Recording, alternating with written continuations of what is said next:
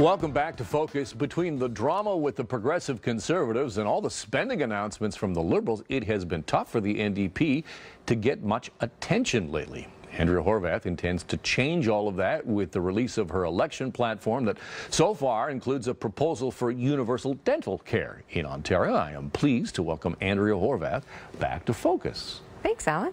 How difficult has it been to gain any traction with what's been going on with the PCs and the Liberals? Well, I mean, I think the PC leadership, was something people paid attention to. Having said that, they weren't always liking what they were seeing. The Liberals, of course, had their throne speech to try to pull the attention to them. We're going to keep working on behalf of Ontarians and bringing our good ideas forward. I'm excited about our platform that's coming in a couple weeks' time, and we have a lot of, positive hope for the future of this province. Are you frustrated that you seem to be relegated to the side in this narrative of Ford versus Wynne? I think people are being told they have to settle yet again. They've been told that for a long time now. But I think this time it's different. I mean, people don't want to see Kathleen Wynne and the Liberals in office anymore. I think 80% of Ontarians are feeling that way. And so they have a choice to make. And I'm saying to folks, look, you don't have to choose between bad and worse, between Wynne and Ford. You can actually look at the NDP for change for the better in this province.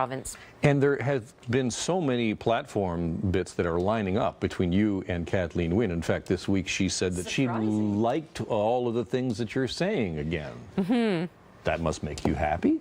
Well, it's interesting. If people look at what Kathleen Wynne's talking about now and put that into the context of the fact that the Liberals and Kathleen Wynne have been in office for 15 years, anything they say, anything they promise, they could have actually done already. And so Kathleen Wynne saying she's going to be different this time, I think that's what she said last time. And that's why I think folks are pretty cynical about politics and why folks are saying they don't want the Liberals in office anymore. It's time for something completely different. Completely different. Completely different. Which is the NDP. But not really completely different, because you're promising pharmacare, dental care, mental health care, a lot of the same things that the Liberals are promising. But you know what? In office for 15 years, and what did they prioritize? They prioritized cutting our hospitals. They prioritized selling off of Hydro One. I mean, they're announcing investments in these areas now, particularly in hospitals, but they're the ones that cut hospital budgets for 10 years. They're the ones that have created the hallway medicine crisis that we have in our province. And so, again, it's what makes people cynical, I think, about politics. You have committed to running a deficit if you form government, but haven't said how big it will be. Mm-hmm. Size doesn't matter. No, I'm only kidding. I'm only kidding. Size does matter, and people are worried about the deficit. But I think people are also worried about the fact that they can't get the care that they need in their hospitals. Would it be in excess of schools are crumbling? The government's saying 1% of GDP. They're actually saying it'll be less than $8 billion. You'd run a larger deficit than $8 billion. Well, we're actually going to be putting our platform forward, and it's going to be totally costed with a responsible fiscal plan to go along with it. And that's just going to be in a couple weeks' time. So stay tuned, and you'll see exactly where we're headed. I want to play what you said earlier this week when I believe I asked you about how you would pay for platform promises. The wealthiest among us and the most profitable corporations will be asked to pay their fair share. So that is an increase in taxes and an increase in spending.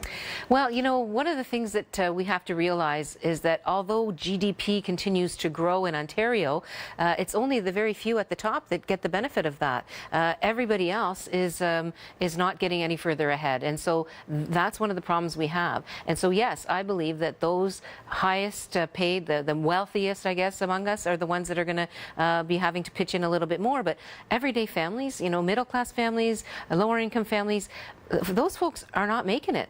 People are hanging on by their fingernails. They're trying really hard, but they don't feel like they're getting ahead. They're certainly not able to put anything away for the future, and it's been like that for far too long. Kathleen Wynne has already increased the taxation level for those making $150,000 and more.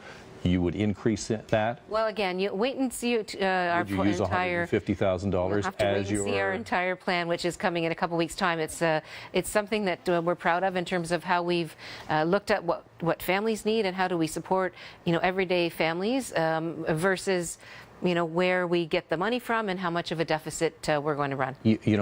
Political parties often run from the moniker of tax and spend, but you're saying that's precisely what you're going to do. You're going to raise taxes and you're going to spend more money. Well, what we are going to do is take care of families and make sure that they are getting a fair shake and make sure that they can get the prescription drugs that they need, regardless of whether they're under 24 or over 65 or in between.